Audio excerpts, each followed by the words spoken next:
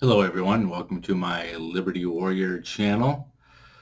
So I did a video, well actually a few videos about this topic a couple months ago, basically addressing the shortage of workers that are out there right now. Um, that was on my old channel before it got gone. But so some of the things I talked about over there was there's just lots of reasons why I think that people aren't working. For example, let's go back to some examples. So, like a friend of mine, maybe a month ago, sent me a video or a picture from a Bojangles, which is a if you don't know what a Bojangles is, it's a chicken place, fast food. But their sign out front said $750 sign-on bonus, right, at a Bojangles because they can't get anybody to work. Another friend of mine in South Carolina had sent me their school district was looking for bus drivers, and I believe they were hiring at $18 an hour and a $2,400 sign-on bonus for a bus driver. So if I recall, when I was younger, most of my bus drivers were older people, potentially retired people. So, that's pretty good money for someone who's retired, right? And to get that $2,400 sign-on bonus, I mean, that's a lot of jing. Now, I don't know what the stipulations are with these. If you have to be there 30 days or 90 days or something like that. But still, that's a pretty good chunk of change. A lot of people don't make $2,400 in a month, right? So some other things, like for example, down here in the South, there's Waffle Houses everywhere. So there's a Waffle House that's on my delivery route that they're normally open 24 hours. And one day I went there about 2:30 in the afternoon and the doors were locked. I'm like, what the heck? So I knocked on the door. The manager was still there and she came out. I'm like, what's going on? And she was like, I can't get staff. I can't get anybody to work. So that was in June probably or July. Um, Now since then, I did notice this past week they have signs out front that they are now open 24 hours again. So and one of the things that I was thinking, and I've been thinking this for a while, is that with all of the stuff that happened last year, right, and people not being able to work, um, and being locked down, and everything being closed, and movie theaters and sports events and concerts and all that stuff being gone, right, that people can do things. So, and then it seemed like this spring, everything seemed to kind of start to open back up again. Baseball games were open and all that kind of stuff. So I kind of thought this spring that I kind of had said, well, I think a lot of people, especially younger people who work a lot of these, unskilled labor jobs, would kind of wait out the summer because they'd be like, I didn't have a summer last year, so I'm going to take advantage of the summertime and be off, and I don't want to go back to work until fall, right? So potentially, even people who aren't in high school who are out, and like, I'm going to enjoy my summer and I'm going to go back to work in the fall. So I kind of thought at the time that a lot of these worker shortages would get resolved um, in the fall. And it kind of seems like we're seeing that. So I know there was a Wendy's that I went to one day um, delivering. I didn't go there to eat. And I talked to them there, and they used to be open up to like 12 or 1, and they were closing at like 10. What the manager there told me was that a lot of these teenagers who usually would work those later night shifts, their parents didn't want them working that late because they thought it was unsafe. So I remember when I was a kid or a teenager, all my friends, or not all, but a lot of my friends who worked at McDonald's and Burger King and things like that, They did work those shifts till 10 or 11 or 12 o'clock at night, and then they get up and go to school at 7 o'clock in the morning. But um, so that's one of the things that I've been seeing. But some of the reasons that I think, well, now of course we got a lot of the extra $300 unemployment benefits. A lot of states ended that here in September.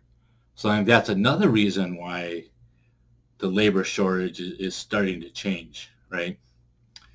So, but a lot of states still are continuing that. So it really depends on where you live, whether it's a R or a D state, you know what I mean? So, and some of the reasons why I kind of thought it's like, well, during the plandemic, yeah, I said that right. Um, there was a lot of talk about essential jobs, essential workers. And I think a lot of people really struggled through that period of time because they weren't deemed essential. So I think a lot of people don't want to work those, quote, non-essential jobs because they don't want to go through that again, because there's been a lot of talk with the Delta and the Lambda and the Mu that there might be another lockdown. They've been telling us for months there's going to be another lockdown in the fall. So why would we think that they're lying to us? So, so that's one reason. So another reason, I think that there's a lot of people who don't want to go to work and wear a face diaper. I know I don't want to. So if a place is requiring that, a lot of fast food places are, a lot of restaurants are. I actually went to a restaurant we went out to eat a couple weeks ago, and I'm actually surprised at the place we went to, none of the staff was wearing masks. And I love that. Because I feel bad for these people because they don't want to wear them. I've never talked to anybody who wants to wear it. So they don't want to wear the face diaper. They don't want a place that they don't want to work at a place that's going to mandate a jab. And I wouldn't want to work at that place either. So I totally understand that. And I lost myself. But anyway, so I just think there's lots of reasons why people don't want to work. They got used to being at home. They like the thought of working from home or having these flexible hours. And I've read a few articles in the last few days of people touching on certain ideas of this, but nobody that I saw has really touched on the fact that people don't want to work where they have to wear a face diaper. They don't want to work where they have to get a jab. They don't want to work where they potentially down the road might have to get a jab. Because people getting the jab, I think everybody who's wanted it has got it by now. So, of course, the government won't ever really mandate it because they know that's unconstitutional. So what they're doing is trying to get these businesses to do it, right? Just like back in the day, the government didn't force people to lock down. Local, city, and state governments essentially did that. Businesses did that on their own. Like I remember going to Home Depot one day last year, probably in May, April maybe, and there was a line outside Home Depot because they're only letting in so many people. I was like, screw this. I just walked right in. I walked right past the guy and I walked right in. No one said a word to me. But like, come on, for real. So, I went in there and got one thing, I was out. But anyways, so I saw this article today. So let me pull this up here. So this is from the Washington Post. So why America has 8.4 million unemployed when there are 10 million job openings. That's 10 million, right? So, because, what I thought was interesting was the first sentence in this. A mystery sits at the heart of the economic recovery. There are 10 million jobs opening, Yet 8.4 million unemployed still actively looking for work. How active are they looking? Right? You can't be that active because there are signs everywhere of people looking for work. Every place I go to, there's help wanted signs. It's just the jobs that people don't want. So, and I saw this here too. A lot of places, customers are greeted with "Please be patient. We're short staffed" signs, and I have seen that as well. I know that the Taco Bell right down the road here used to be open till like 1 or 2 o'clock in the morning. Used to be, I know it's been a popular late night drive-through place for decades, and they're closing at 8 o'clock at night because they can't get staff. But yet they open up at 10 o'clock in the morning for breakfast. So I don't know how much business they're doing for breakfast. But I would think they'd make more money between 8 and 10 p.m. than they're making between 10 a.m. and noon. But who am I to say? I'm not no business expert. But, and I know a lot of hospital workers have been leaving their jobs either on their own or not on their own because the hospital or the hospital system that they work at are mandating them to get the jab. So it says here, we're in the midst of the deadly plandemic with hospitalizations back at their highest rates since January. Well, so the surge is weighing on the labor market again with a mere 235 jobs added in August. Again, I know quite a few hospital workers who are still working, but one friend in particular has till the end of November, beginning of November, I forget which, to get the jab, or she's going to be out of a job, potentially out of a career that she's been doing for years. So that's got to be tough on anybody to know that if you don't get this experimental thing, that you're going to be out of work, right? And I saw this other article. I think this is actually from CNN. But the Chamber of Commerce announced, this is from June, I think. June 1st. But they announced a nationwide initiative to address the worker shortage, calling the crisis the most critical and widespread challenge in facing businesses today.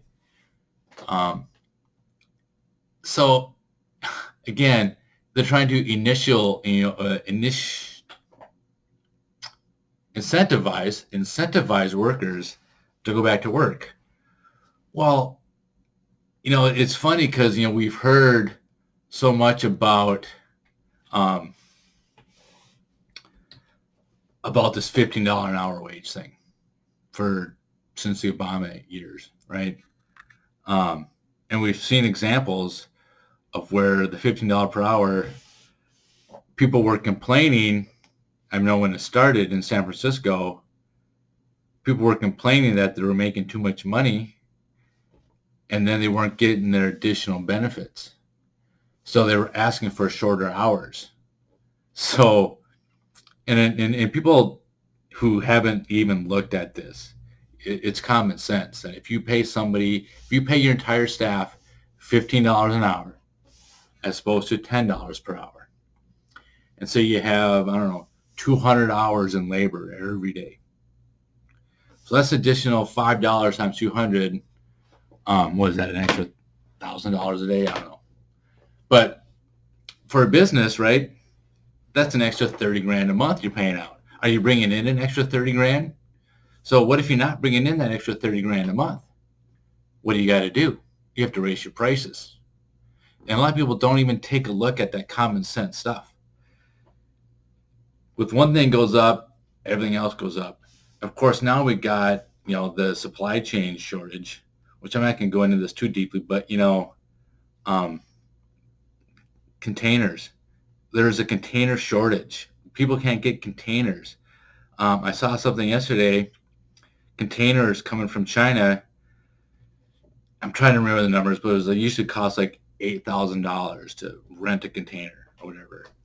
But now it's like $24,000 to get a container. Or, it was 800 to 2,400. I don't remember, but it was something around there, just like 4 or 5 times the price just to get a container to put your stuff in to ship it from one place to another.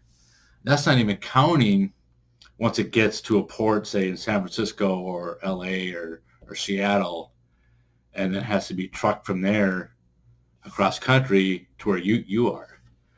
And a lot of people don't realize that there is a shortage of food. There's a shortage of all kinds of stuff. You may not be seeing it yet. You may starting to be seeing, but what they've been doing is in the city areas, they're concentrating on getting and still supplying those areas because they don't want those people to see it yet. They don't want them to know that there's the shortage that's coming. It's the outlying areas and the rural areas that are seeing the biggest supply chain shutdown. So the food shelves are going to start to get less filled in the rural areas before the city areas first, because if the city areas, if it starts happening there, that's when panic is going to set in. So I'm not a huge prep guy. Maybe I am, maybe I'm not. I'm not going to talk about it.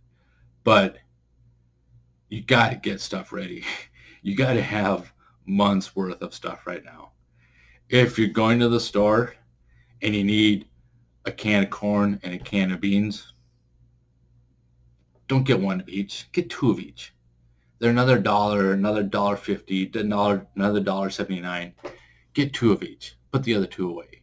You know, it's simple things like that. If you see a good sale on something, you know, like for example, I mean, for some reason, those little cheap, little tiny Totino's pizzas,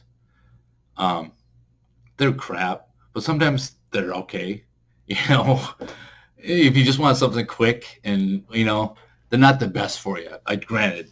But they're like $1. They're like $1, right? And it's probably better for you than some bag of chips or some crap like that, or getting your fucking Twinkies or your Ho-Hos or your Ding Dongs, or, you know, I look at people's carts at the grocery store all the time.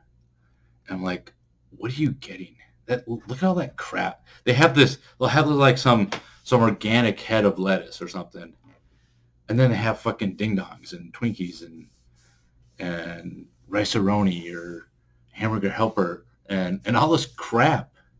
Like, why even get the organic lettuce or the organic tomatoes or whatever it is, you know? And they're buying this fake meat crap. Believe me, I've seen this fake meat stuff. The section at the store where I go to, I don't buy any meat at the store anymore.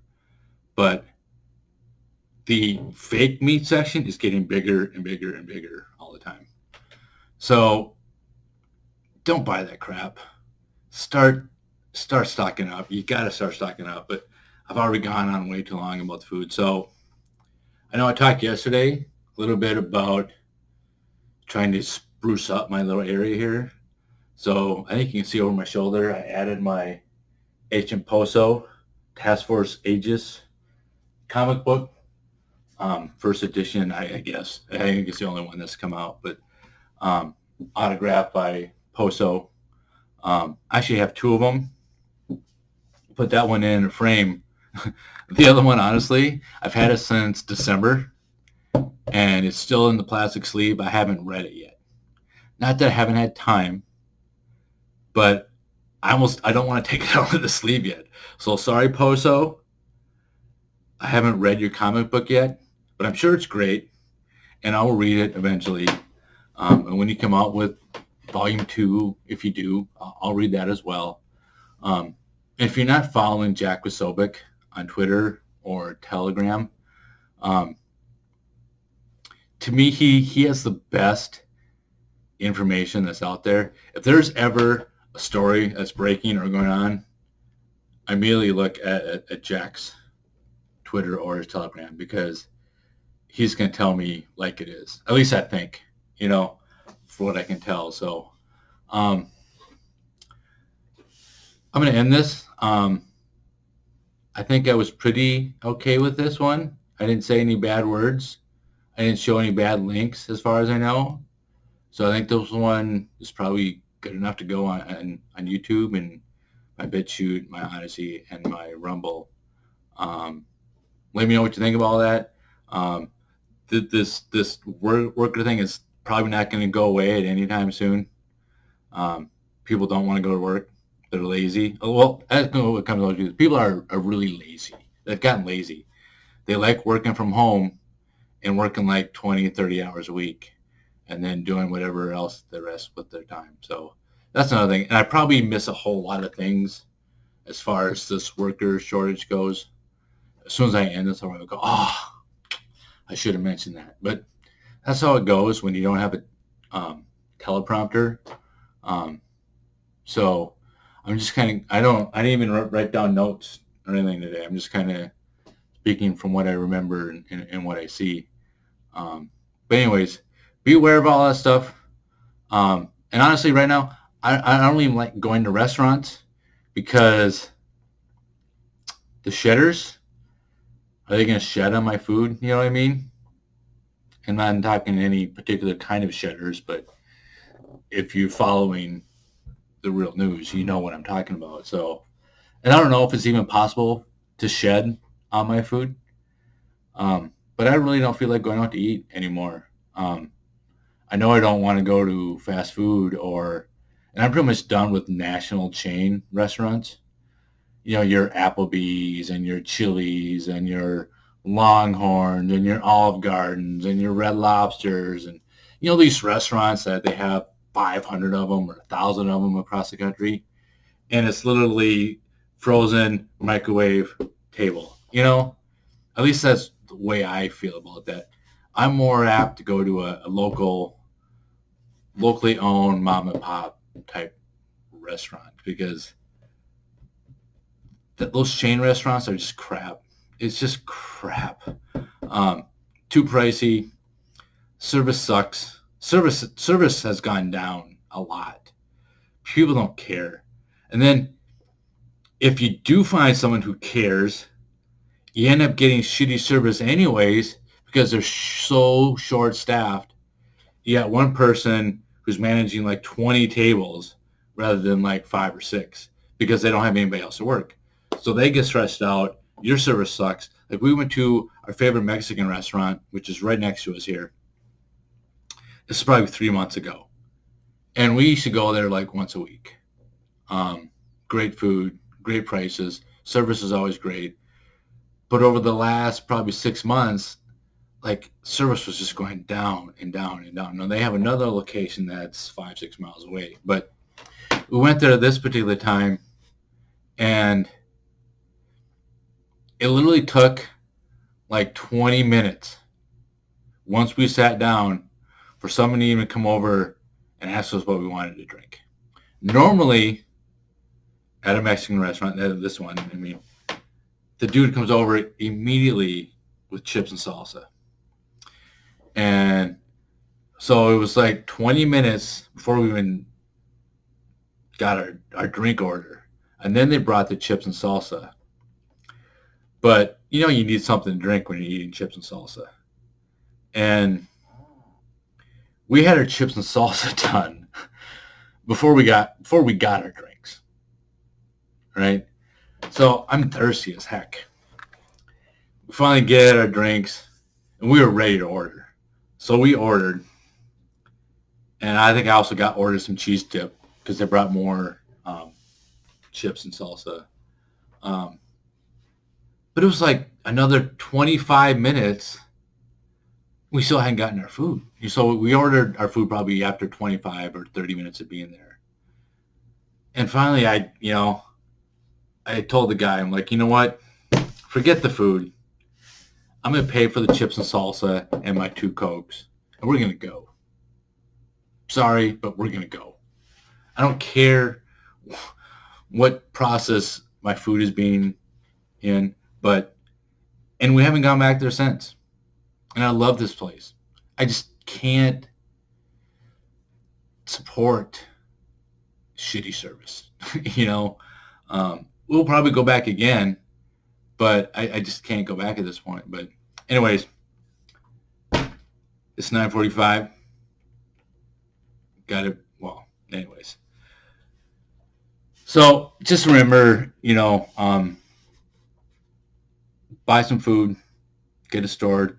If you don't have like an extra freezer, get an extra freezer. You can get a decent size freezer for $200-300. Put it in your garage. Start putting meat in it. Don't buy meat from the grocery store. Find a local meat market. And I'm going on and on again because I could go on forever, but I don't want to make this like too long because then no one's going to watch it. Because I know when I go on to YouTube or whatever, oh my God, that's a 45-minute long video. I don't fucking want to watch that. So I don't know why I'm making this really long video because no one's going to watch it. And if they do watch it, they'll watch the first 4 or 5 minutes of it. And what I'm saying now, no one will ever see. So anyways, so as mentioned last night, my phrase right now that I'm going to use is we'll see you tomorrow night.